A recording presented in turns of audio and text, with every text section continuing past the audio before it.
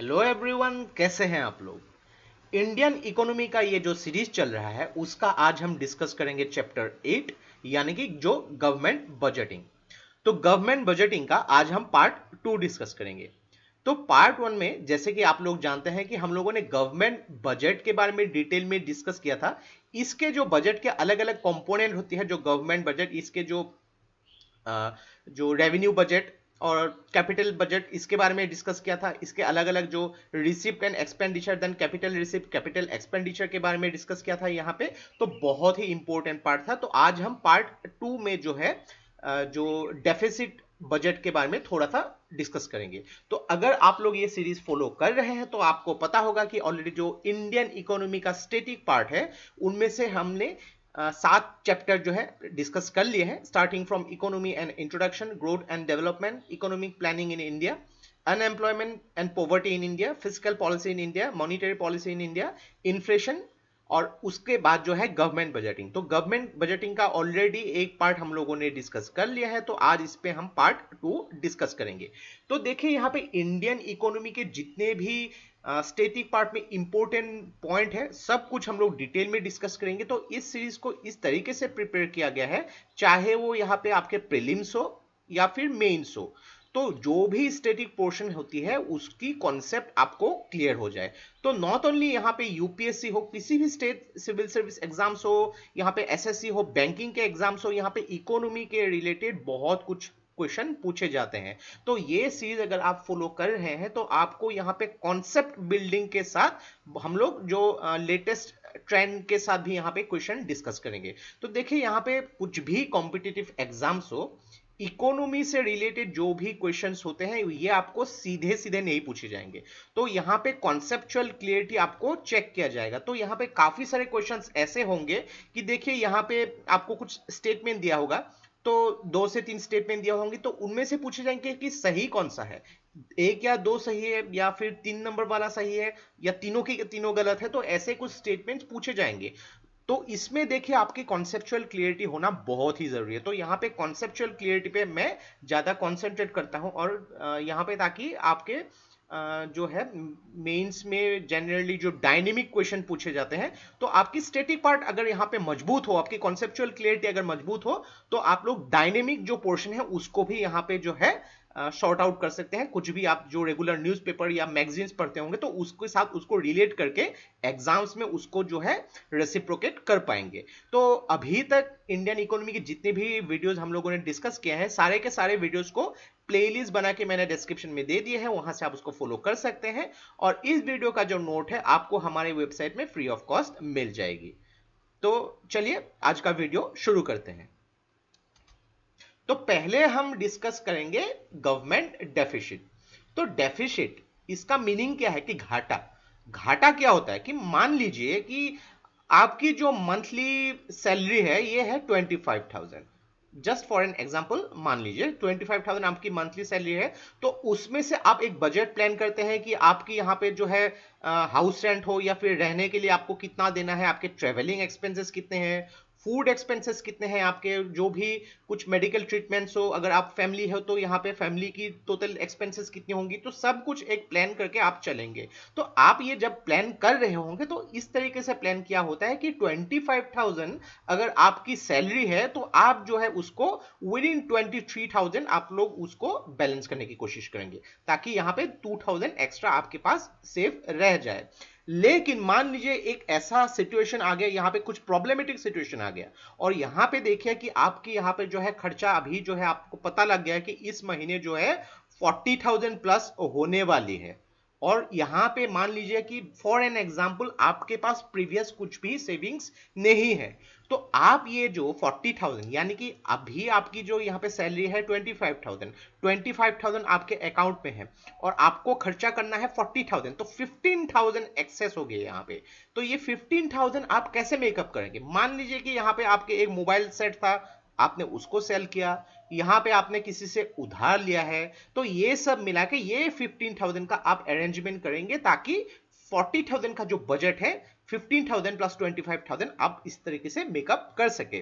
तो जनरली क्या करती है गवर्नमेंट, जब भी बजट पेश करती है ज्यादातर डेफिसिट बजट ही होती है, यानी कि जो रेवेन्यू होती है, रेवेन्यू रिसिप्ट या फिर कैपिटल रिसिप्ट जो इनकमिंग आनी चाहिए, उसकी टोटल रिसिप्ट जितनी होती है ये हमेशा जो है एक्सपेंडिचर से कम ही होती है, यानी कि एक्सपेंडिचर ज्यादा होता है, खर्चा यहाँ पे ज्यादा होता है, आमदनी कम होती है। तो गवर्नमेंट को यहाँ पे जो है पैसे अलग अलग सोर्स से कलेक्ट करने पड़ेंगे।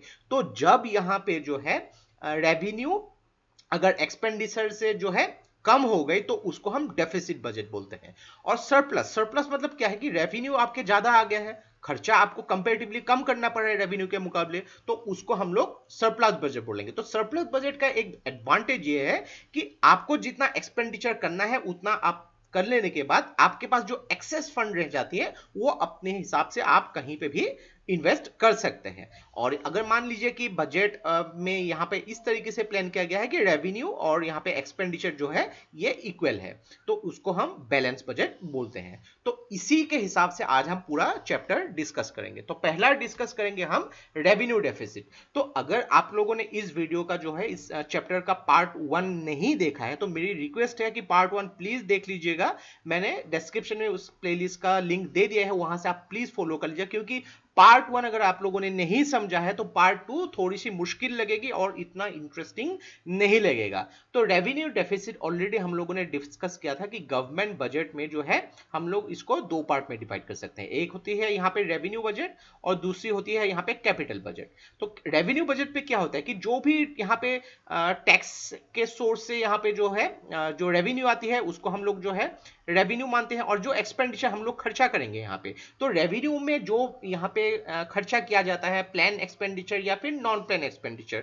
तो प्लान एक्सपेंडिचर में यहाँ पे जो अगर बात करेंगे अलग अलग गवर्नमेंट जो प्लान करती है या फिर डिफेंस में जो पैसा खर्च करती है या फिर गवर्नमेंट जो है जो भी सैलरीज देती है, पेंशन देती है, ये सब रेवेन्यू एक्सपेंडिचर में आती है। और कैपिटल बजट में क्या होती है कि जो भी गवर्नमेंट जो है अपनी यहाँ पे जो एसेट्स को सेल करके यहाँ पे या फिर बोरो करके यहाँ पे गवर्नमेंट को जो पैसे आते हैं वो कैपिटल रिसिप्ट, यानी कि यहां पे गवर्नमेंट क्या करती है अपनी एसेट को जो है डिसइन्वेस्ट करती है, एसेट को कम करती है, लायबिलिटीज बढ़ाती है। और रेवेन्यू रिसिप्ट क्या हो गया, revenue expenditure sorry capital expenditure क्या हो गया यहाँ पे कैपिटल एक्सपेंडिचर, यानी कि कैपिटल बजट का भी दो पार्ट है, एक है कैपिटल रिसिप्ट और दूसरा कैपिटल एक्सपेंडिचर। तो कैपिटल एक्सपेंडिचर में क्या हो गया, एक्सपेंडिचर मतलब जो है खर्चा, यानी कि गवर्नमेंट यहाँ पे क्या करता है, गवर्नमेंट यहाँ पे अलग अलग जगह पे एसेट्स क्रिएट करती है, यहाँ पे रोड्स बना लिया, एयरपोर्ट्स बना लिए, यहाँ पे ब्रिजेस बना लिया, तो प्रोडक्टिव काम करते हैं यहाँ पे। तो क्या करती है लायबिलिटीज को कम करने की कोशिश करती है और एसेट को बढ़ाने की कोशिश करती है।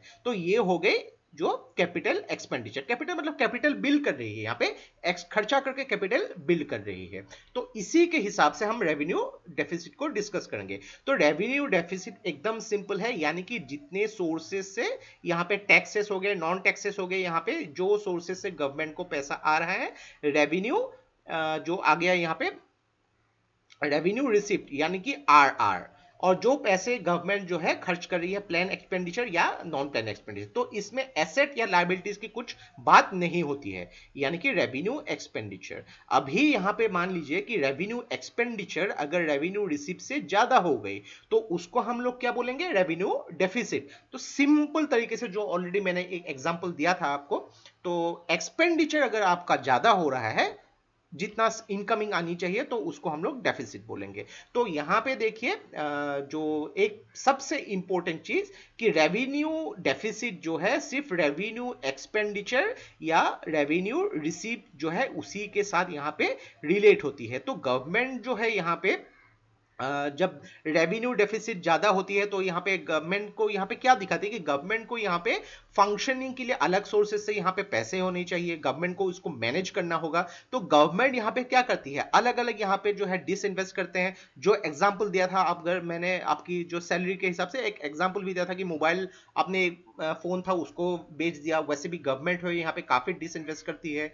अलग अलग यहाँ पे जो है सोर्सेस से गवर्नमेंट बोरो करती है। तो ये भी एक वे होता है जिससे यहाँ पे पैसे गवर्नमेंट के पास आती है। दूसरा यहाँ पे क्या होती है कि गवर्नमेंट यहाँ पे खर्चा कम कर देते हैं। मान लीजिए कि आपके अगर यहाँ पे जो भी मैंने एग्जांपल दिया था कि 40,000 आपकी टोटल बजट होने वाली, तो यहाँ पे डेफिनेटली आप यहाँ चाहेंगे कि एंटरटेनमेंट में आप जितना खर्चा करते हैं उसको आप कर्टेल करेंगे। यहाँ पे जो भी एक्स्ट्रा आपने सपोज यहाँ पे क्लॉथ्स खरीदा, शॉपिंग की एक्स्ट्रा, उसको हम लोग कर्टेल करेंगे। तो वैसे ही गवर्नमेंट जो यहाँ पे काफी एक्सपेंसेस कर्टेल करती है, टैक्सेस को बढ़ा देती है। तो टैक्सेस को जब बढ़ाएगी क्या होगा कि यहाँ पे ज्यादा टैक्स गवर्नमेंट के पास से आएगा, रेवेन्यू ज्यादा आएगी यहाँ पे। उससे क्या होगा कि मार्केट में चीजों की इन्फ्लेशन यानी कि दाम, महंगाई बढ़ जाएगी। तो इससे गवर्नमेंट के पास क्या होता है कि पैसे आते हैं और उसी से गवर्नमेंट जो है उसको मेक ओवर करने की कोशिश करती है। तो कुछ कुछ प्रॉब्लम्स भी होती है। तो डे टू डे लाइफ के साथ अगर आप उसको रिलेट करके देखेंगे तो बहुत ज्यादा एक इंटरेस्टिंग साइंस आप बोल सकते हैं इंडियन इकोनॉमी को। लेकिन अगर आप बिना सोचे समझे इसको सिर्फ रट्टा मारने की कोशिश करेंगे तो बहुत ही मुश्किल है, इकोनॉमी बहुत ही मुश्किल होने वाली है। कॉन्सेप्चुअल क्लियरिटी आपकी नहीं होगी और ये हार्ड लगने लगेगी। तो डे टू डे लाइफ के साथ यहाँ पे जो बेसिक वर्ड्स है उसको समझ के उसको रिलेट करने की कोशिश कीजिएगा। नेक्स्ट हम यहां पे बात करते हैं इफेक्टिव रेवेन्यू डेफिसिट। तो इफेक्टिव रेवेन्यू डेफिसिट क्या होती है? यहां पे जो रेवेन्यू डेफिसिट होती है उससे जब यहां पे ग्रांट्स को जो है हम लोग सब्सट्रैक्ट करते हैं, यानी कि मान लीजिए जो रेवेन्यू डेफिसिट हो गए तो यहां पे क्या होता है कि स्टेट्स या फिर यूनियन टेरिटरीज को ग्रांट्स भी देने पड़ते हैं। मान लीजिए कि यहां पे रेवेन्यू डेफिसिट जो है 100 करोड़, ये मान लीजिए जस्ट एग्जांपल दे रहा हूं 100 करोड़। अभी स्टेट्स को क्या हो रहा है कि यहाँ पे इसमें से लगभग 30 करोड़ जो है, 30 करोड़ इसको स्टेट्स हो या यूनियन टेरिटरीज को उन लोगों को ग्रांट देना पड़ रहा है। तो ये क्या होगा, 70 करोड़ क्या होगी, ये इफेक्टिव रेवेन्यू डेफिसिट होगी। तो इफेक्टिव रेवेन्यू डेफिसिट एक चीज हमेशा याद रखेगी, हमेशा रेवेन्यू डेफिसिट से कम ही होती है, बिकॉज इसमें ग्रांट जो है इसको माइनस करना पड़ता है। अभी आप लोग सोच रहे हैं कि बाई चांस यहाँ पे स्टेट्स या यूनियन टेरिटरीज को यहाँ पे ग्रांट दे दिया और स्टेट्स ने उस ग्रांट से अगर यहाँ पे कुछ जो है यहाँ पे कैपिटल क्रिएशन किया, मान लीजिए कि स्टेट ने यहाँ पे रोड्स बना दिए, यहाँ पे ब्रिजेस बना दिए, एयरपोर्ट्स बना दिए यहाँ पे, तो उसका भी तो रेवेन्यू गवर्नमेंट को ही मिलेगा ना। लेकिन इसमें एक बहुत ही इंपॉर्टेंट बात है कि स्टेट्स या यूनियन टेरिटरीज जो भी यहाँ पे जो ग्रांट्स यूज करके कैपिटल फॉर्मेशन करती है उसका जो ओनर सिर्फ स्टेट गवर्नमेंट ही होती है, यूनियन गवर्नमेंट नहीं होती है। तो ये भले ही एक प्रोडक्टिव स्टेट हो लेकिन यहाँ पे यूनियन गवर्नमेंट को उसका कुछ नहीं आता है, सिर्फ स्टेट गवर्नमेंट को, क्योंकि ये पैसे जो स्टेट गवर्नमेंट को हैंड ओवर कर दिए हैं। स्टेट मतलब मैं यहाँ पे यूनियन टेरिटरीज की बात भी कर रहा हूँ, साथ में यूनियन टेरिटरीज या फिर स्टेट्स को हैंड ओवर कर दिया है। तो इसमें से जो है जो ग्रांट्स जो है ये माइनस करना पड़ेगा, तब जाके इफेक्टिव रेवेन्यू डेफिसिट आएगा। तो हमेशा ये कॉन्सेप्चुअल क्लियरिटी देखिए, पूछ सकते हैं आपको एग्जाम्स में ऐसे छोटी छोटी क्वेश्चन। तो यहाँ पे इफेक्टिव रेवेन्यू डेफिसिट जो है बजट में पहली बार जो है 2011-12 का जो फाइनेंशियल ईयर है वहां पे पहली बार इंट्रोड्यूस किया गया था। नेक्स्ट हम बात करते हैं यहाँ पे फिस्कल डेफिसिट। तो फिस्कल डेफिसिट क्या है, ये ओवरऑल है, जो ऑलरेडी मैंने डिस्कस किया था कि गवर्नमेंट बजट में दो पार्ट होती है, एक होती है यहाँ पे जो रेवेन्यू बजट और दूसरा होती है यहाँ पे कैपिटल बजट। तो रेवेन्यू बजट में भी दो पार्ट होती है, एक है रेवेन्यू रिसीव्ड और दूसरा रेवेन्यू एक्सपेंडिचर। और कैपिटल बजट में भी सेम होती है, यहाँ पे कैपिटल रिसीव्ड और कैपिटल एक्सपेंडिचर। तो यहाँ पे देखिए कैपिटल एक्सपेंडिचर ये हो गया एक्सपेंडिचर। तो यहाँ पे रेवेन्यू रिसीव्ड और कैपिटल रिसीव्ड ये दोनों मिला के आप कर सकते हैं टोटल रिसीव्ड, यानी कि टोटल आपके रेवेन्यू कितने आए हैं, टोटल रिसीव्ड, और यहाँ पे capital expenditure plus revenue expenditure, इसको कैलकुलेट करके आप यहाँ पे कर सकते हैं कि टोटल एक्सपेंडिचर। तो इसमें सब कुछ आएगा यहाँ पे कि आप कैपिटल कितना जगह पे गवर्नमेंट यहाँ पे ब्रिजेस बना रही है, स्कूल्स बना रही है, कॉलेजेस यूनिवर्सिटीज बना रही है, यहाँ पे फ्लाईओवर बनाएगी, रेलवेज यहाँ पे स्टेशन बनाएगी, सब कुछ यहाँ पे आ जाएगा। तो टोटल रेवेन्यू और टोटल एक्सपेंडिचर इसका जो डिफरेंस है उसको हम फिस्कल डेफिसिट बोल सकते हैं। तो मान लीजिए कि यहाँ पे हम लोग अगर डायग्रामेटिकली देखेंगे, ये हो गया फिस्कल डेफिसिट।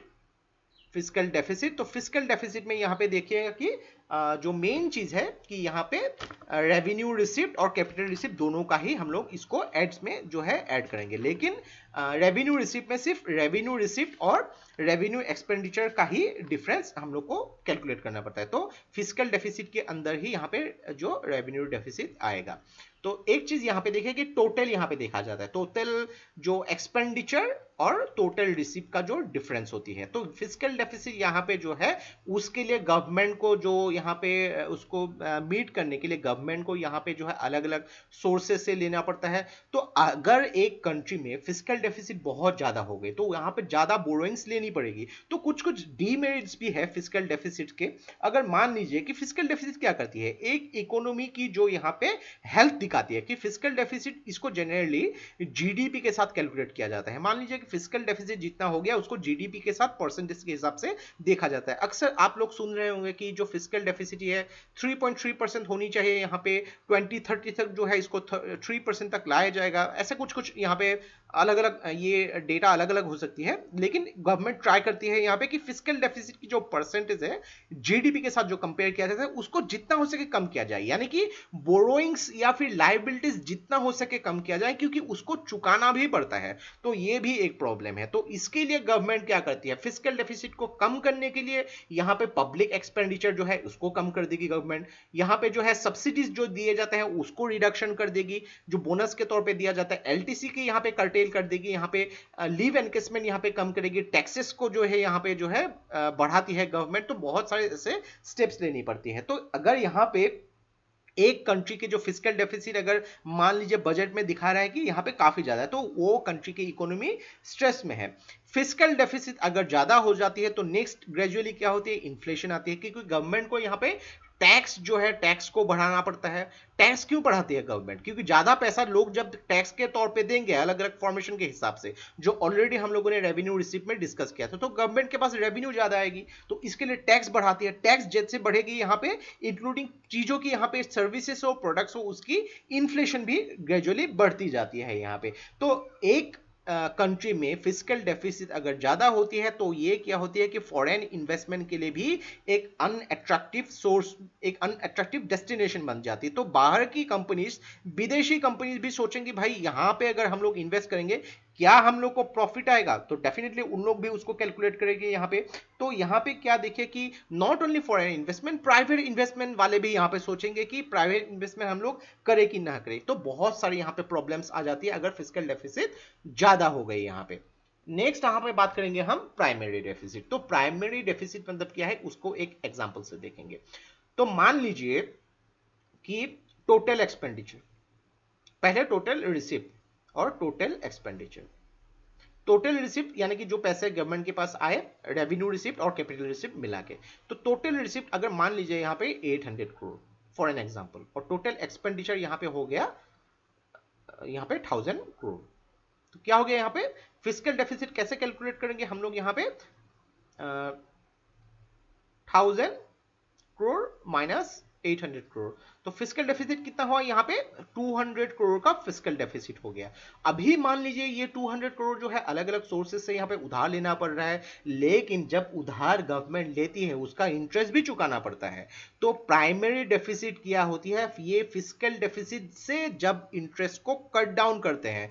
मान लीजिए कि गवर्नमेंट ने अलग अलग कंट्रीज से अलग अलग सोर्सेज से यहाँ पे उधार लेके रखा हुआ है, अभी उसका जो इंटरेस्ट है उसका इंटरेस्ट ही मान लीजिए कि इस एग्जाम्पल के बेसिस पे 30 करोड़ इन्वेस्टमेंट देने हैं, और जितना बढ़ते जाएंगे ये 30 करोड़ और भी ग्रेजुअली बढ़ती जाएगी, ग्रेजुअली हर महीने 31 करोड़ 32 करोड़ ऐसे बढ़ती जाएगी। तो 200 करोड़ माइनस 30 करोड़ ये क्या होगी, ये फिजिकल डेफिसिट माइनस इंटरेस्ट। तो टोटल यहाँ पे कितना होगा, यहाँ पे 170 करोड़। तो ये क्या हो गई, प्राइमरी डेफिसिट हो गई। तो प्राइमरी डेफिसिट का कॉन्सेप्ट यही है कि तो यहाँ पे गवर्नमेंट को फिजिकल डेफिसिट से जब इंटरेस्ट जो है ये सब्सट्रैक्ट करते हैं तो प्राइमरी डेफिसिट आता है। तो प्राइमरी डेफिसिट ये 170 करोड़, इसको हम मान सकते हैं कि इतना जो है गवर्नमेंट को बोरोइंग गवर्नमेंट ने किया था एक्सक्लूडिंग इंटरेस्ट, यानी कि इंटरेस्ट को छोड़ दे तो इतना गवर्नमेंट ने बोरो किया हुआ है, तो ये सब जो है गवर्नमेंट को पे करना पड़ेगा। तो ये सब जो है बहुत इंपॉर्टेंट होता है। तो प्राइमरी डेफिसिट हमेशा याद रखेगा कि फिजिकल डेफिसिट से कम होती है, जैसे कि रेवेन्यू डेफिसिट जो है ये बड़ा होता है और इफेक्टिव रेवेन्यू डेफिसिट जो है ये उससे छोटा होता है, वैसे ही जो है फिस्कल डेफिसिट जो है ये हमेशा प्राइमरी डेफिसिट से बड़ा ही होगा। तो आई थिंक इसका ओवरऑल कॉन्सेप्ट आप लोगों ने समझ लिया होगा। तो यहाँ पे देखिए कि गवर्नमेंट यहाँ पे मान लीजिए कि प्राइमरी डेफिसिट मतलब क्या है कि जो fiscal deficit minus interest. Okay, अभी जीरो प्राइमरी डेफिसिट मतलब क्या है, यानी कि फिस्कल डेफिसिट और यहां पे जो परसेंटेज इक्वल हो गई, यानी कि गवर्नमेंट ने जितना बोरो किया था उसका इंटरेस्ट में ही फिस्कल डेफिसिट के सारे पैसे चले गए। तो ऐसे सिचुएशन में फिस्कल डेफिसिट और जो परसेंटेज है, ये जो इंटरेस्ट का परसेंटेज, ये जो है इंटरेस्ट देने हैं, ये इक्वल हो गई। तो इसको हम लोग जीरो प्राइमरी डेफिसिट बोल सकते हैं। जितना ज्यादा प्राइमरी डेफिसिट होगा इतना, उसका मीनिंग यही है कि गवर्नमेंट को ज्यादा पैसा जो है उधार लेना पड़ रहा है। तो आई थिंक प्राइमरी डेफिसिट का भी कॉन्सेप्ट आपको यहाँ पे क्लियर हो गया होगा। नेक्स्ट हम डिस्कस करते हैं बजट के अलग अलग पैरामीटर्स। अक्सर आप लोगों ने बजट जब पेश किया जाता है कुछ पैरामीटर्स यहां पे मेंशन किए हुए देखते होंगे, बजट एस्टिमेट, रिवाइज एस्टिमेट और एक्चुअल। अभी बजट एस्टिमेट क्या है? तो बजट एस्टिमेट क्या होता है, मान लीजिए कि आज जो है 1 फरवरी 2020 है, बिकॉज 1 फरवरी 2020 को बजट हमेशा पेश किया जाता है। तो मान लीजिए आज 1 फरवरी 2020 होता है, तो गवर्नमेंट क्या करती है यहाँ पे, बजट जो है 2020-21 जो फाइनेंशियल ईयर उसका पेश करती है। यानी कि 2020 का जो 1 अप्रैल से लेके 2021 का जो 31 मार्च तक बजट के बारे में यहां पे मेंशन किया जाएगा। तो एक चीज देखिए यहां पे 2020 का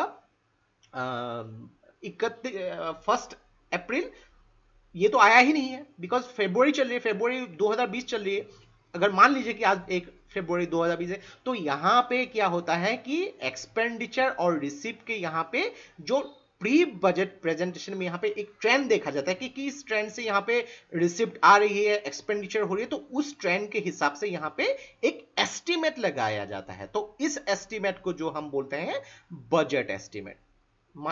आप लोगों ने समझ लिया, यानी कि 2020-21 का एक एस्टिमेट, अप्रोक्सीमेट एस्टिमेट जो है, यानी कि जो आने वाले फाइनेंशियल ईयर का, फाइनेंशियल ईयर हमेशा 1 अप्रैल उस साल से लेकर उस नेक्स्ट ईयर के 31 मार्च तक होता है, इसलिए इसको 2021 बोला जाता है। तो ये हो गया बजट एस्टिमेट। अभी रिवाइज एस्टिमेट क्या होता है, मान लीजिए कि आज 1 फरवरी 2020 है, तो जो ईयर फाइनेंशियल ईयर चल रही है, कौन सा फाइनेंशियल ईयर चल रही है, 2019-20 का फाइनेंशियल ईयर चल रही है, क्योंकि 2019 का जो 1 अप्रैल से लेके 31 मार्च तक होता है। अगर बजट आपने 1 फरवरी को प्रेजेंट किया है, तो आपने यहाँ पे 2019-20 का फाइनेंशियल ईयर यहाँ पे उसके हिसाब से बोल रहे हैं। तो लेकिन 1 फरवरी को अगर आपने बजट पेश किया है, फिर भी 2 महीना बाकी है 1 अप्रैल आने में, तो यहाँ पे 2 महीने में भी कुछ यहाँ पे चेंजेस होंगे, यहाँ पे एक्सपेंडिचर सडनली यहाँ पे ज्यादा हो सकती है, रेवेन्यू रिसिप्ट यहाँ पे ज्यादा हो सकती है, रिसिप्ट थोड़े से यहाँ पे चेंजेस होंगे यहाँ पे। तो उसको क्या किया जाता है, पहले जो 6 मंथ्स यानी कि 1 अप्रैल से लेके यहाँ पे लगभग जो है 1 अक्टूबर तक का जो ट्रेंड है, उसके हिसाब से नेक्स्ट 6 महीने का यहाँ पे प्लानिंग किया जाता है, क्योंकि 2 महीने तो ऑलरेडी बाकी है। तो इसके हिसाब से जब प्लानिंग किया जाएगा उसको बोला जाता है रिवाइज एस्टिमेट। तो रिवाइज एस्टिमेट से, एस्टिमेट में उस करंट ईयर का जो है बजट को एस्टिमेट किया जाता है। एक्चुअल, एक्चुअल मतलब क्या होता है कि प्रीवियस ईयर का जो बजट है उसको दिखाना। यानी कि ये आज अगर 1 फरवरी 2020 हो रही है, तो फाइनेंशियल ईयर कौन सा चल रही है, 2019-20। तो कौन सा फाइनेंशियल ईयर खत्म हो चुका है, 2018-19, कि 2018-19 का जो फाइनेंशियल ईयर जो है खत्म हो चुका है। तो उसमें जो डिटेल्स दिखाया जाता है वो कंप्लीटली जो है एक्यूरेट होता है, तो उसको यहाँ पे मेंशन किया जाता है। तो ये हो गई एक्चुअल। तो बजट में 3 साल का दिखाया जाता है, एक होती है प्रीवियस ईयर का, प्रीवियस फाइनेंशियल ईयर का, एक जो होती है करंट फाइनेंशियल ईयर का, और एक जो होता है जो नेक्स्ट फाइनेंशियल ईयर का। तो प्रीवियस ईयर का कौन सा दिखोती है, एक्चुअल। जो करंट ईयर चल रही है ये कौन सा होती है, रिवाइज एस्टिमेट। और जो यहाँ पे आने वाला फाइनेंशियल ये होगा बजट एस्टिमेट। तो इस तरीके से आप जब देखेंगे आपकी यहाँ पे कॉन्सेप्ट्स कंप्लीटली क्लियर हो जाएंगी। तो इसी के बेसिस में हम लोग जो है 2020-21 का जो बजट पेश किया गया था, जो भी डेटा प्रेजेंट किया गया था, थोड़ा सा उसको एनालाइज करते हैं। तो देखिए यहाँ पे 2020-21 का जो बजट मेंशन किया गया था 2018-19 को एक्चुअल रखा गया है। तो 2019-20 का जो बजट एस्टिमेट, क्योंकि यानी कि 2000 जब उससे पहले साल का जो बजट एस्टिमेट जो दिया था ये भी मेंशन किया गया है यहाँ पे। देन 2019-20 का जो रिवाइज एस्टिमेट, यानी कि 2 महीने तो बाकी है, तो ये जो है रिवाइज एस्टिमेट मेंशन किया गया है। और 2020-21 का यानी कि आने वाला जो फाइनेंशियल ईयर है उसका भी एस्टिमेट दिया गया है। तो आप लोग इसमें कंफ्यूज मत हो जाइएगा, क्योंकि यहाँ पे जो है 19-20 यहाँ पे भी दिखा रहा है और यहाँ पे भी दिखाई दे रहा है। तो ये जो है पिछले साल जो बजट में जो मेंशन किया गया था उसी को यहाँ पे दिखाया है, आपको कंफ्यूज नहीं होनी है।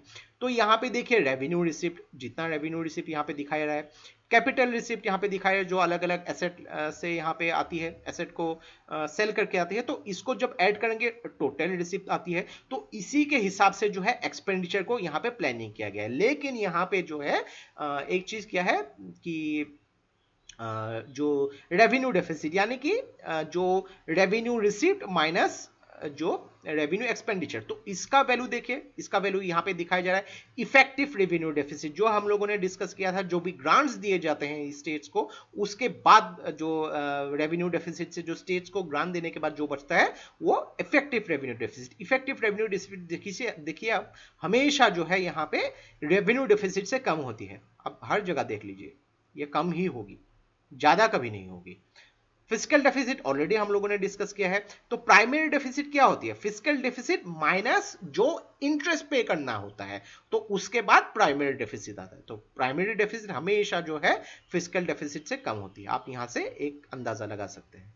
तो आई थिंक ये सब जब एनालाइज करेंगे, आपको बजट में जो दिखाया जाता है टेबुलर फॉर्म में यहाँ पे मेंशन करना पड़ता है, ये आप ठीक तरीके से एनालाइज कर पाएंगे। तो देखें यहाँ पे अलग अलग दिखाया जा रहा है यहाँ पे कि कितने खर्चे हुए हैं। यहाँ पे रेवेन्यू, यहाँ पे जो खर्चा हुआ है यहाँ पे दिखाया जा रहा है। रेवेन्यू रिसीव जो है यहाँ पे जो 18-19 के हिसाब से जो एक्चुअल है, बजट एस्टिमेट है, रिवाइज एस्टिमेट और जो बजट एस्टिमेट 2020-21 का सब कुछ यहाँ पे दिखाया जा रहा है। तो इससे आप एक पता लगा सकते हैं जो रेवेन्यू रिसिप्ट काफी ज्यादा होते हैं in comparison to the capital receipt, क्योंकि कैपिटल रिसिप्ट में एसेट्स को डिसइन्वेस्ट भी करना पड़ता है, यहाँ पे बोरो करने पड़ते हैं, यहाँ पे लायबिलिटीज को बढ़ानी पड़ती है।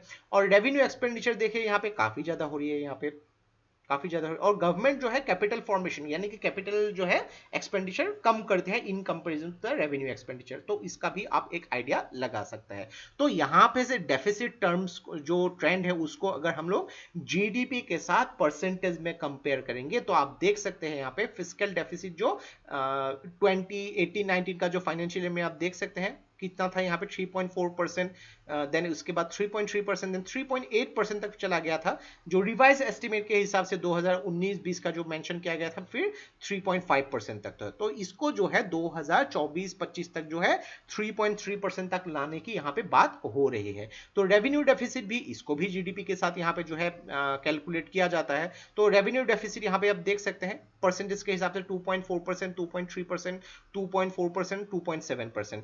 अभी यहाँ पे रेवेन्यू डेफिसिट का जो यहाँ पे परसेंटेज है जीडीपी के साथ, तो इसके साथ अगर आप लोग जानना चाहते हैं ज्यादा डिटेल्स में, तो कैपिटल एक्सपेंडिचर और कैपिटल जो रेवेन्यू एक्सपेंडिचर उसका अगर आप लोग वैल्यू निकाल के उसको परसेंटेज जीडीपी के साथ कैलकुलेट करके ऐड कर देंगे तो ये वैल्यू आ जाएगा। यहाँ पे इफेक्टिव रेवेन्यू डेफिसिट का भी यहाँ पे दिखाया जा रहा है, यानी कि जो ग्रांट्स दिए जाते हैं यहाँ से कैलकुलेट कर सकते हैं। यानी कि 2.4% अगर रेवेन्यू डेफिसिट हो गया, इफेक्टिव रेवेन्यू डेफिसिट 1.4%, यानी कि 1% जो ग्रांट्स दिए जाते हैं, लगभग इसी ट्रेंड पे यहाँ पे चल रही है, 1%, 0.9% ऐसा ही ट्रेंड चल रही है। प्राइमरी डेफिसिट आप देख सकते हैं यहाँ पे फिस्कल डेफिसिट से यहाँ पे कम है, यानी कि इंटरेस्ट जो है बहुत ज्यादा नहीं देना पड़ता, बहुत ज्यादा नहीं देना ही अच्छा होता है यहाँ पे, यानी कि कम इंटरेस्ट देना पड़ता है। तो यहाँ पे देखिए 0.2% जीडीपी का 0.7% इस ज्यादा हो गया था यहाँ पे, इसलिए फिस्कल डेफिसिट भी ज्यादा हो गया यहाँ पे। तो इस ट्रेंड के हिसाब से आप थोड़ा सा यहाँ पे आइडिया लगा सकता है कि